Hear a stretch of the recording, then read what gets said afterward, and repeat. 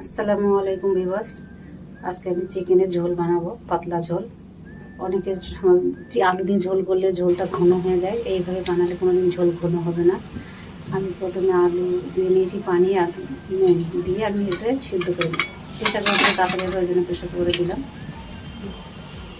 দুটো সিটি মেরে নামিয়ে নেব, বেশি সিটি দিয়ে চলে যাবে। এদিকে আমি চিকেনটা ম্যারিনেট করে দিচ্ছি। দিয়ে দিচ্ছি স্বাদ মতন নুন, ধনিয়ার গুঁড়ো, হলুদ গুঁড়ো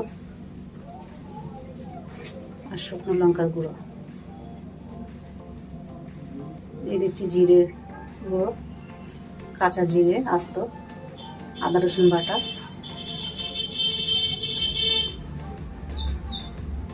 সরষের তেল, আপনার চাইলে সাদা তেলও দিতে পারেন।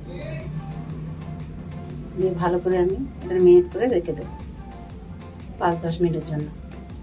এদিকে আমার আলুটা সিদ্ধ হয়ে গেছে, নামিয়ে নেব। নামিয়ে নিয়ে আমি কড়াই ভেজে নেব। কড়াই আমি সরষের তেল, হলুদ আর নুন দিয়েছি, দিয়ে আমি ভালো করে একটু ঘুরিয়ে নেব যাতে চারিদিকে তেলটা লাগে।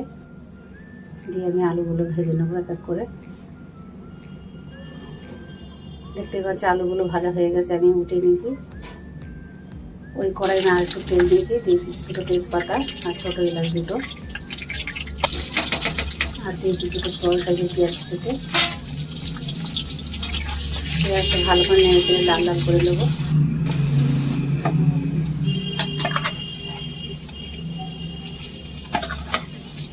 দেখতে পাচ্ছেন আমি একটু নেড়ে চেড়ে নেবো ভালো করে।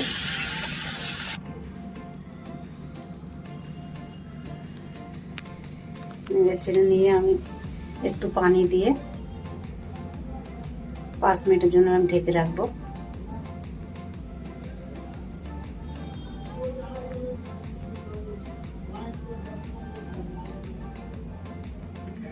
পাঁচ মিনিট পরে দেখতে পাচ্ছেন তলা থেকে তেল উপরে চলে এসছে, পানিটা শুকিয়ে গেছে, ভালোভাবে কষা হয়ে গেছে।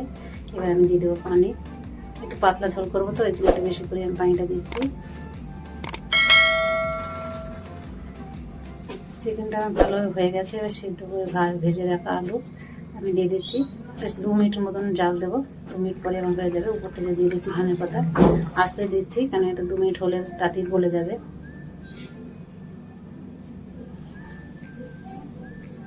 আমার যদি রান্নাটা ভালো লাগে অবশ্যই লাইক করবেন, আর এরপরে কেউ যদি অন্য কোনো রান্না দেখতে চান অবশ্যই আমাকে কমেন্ট করে জানাবেন।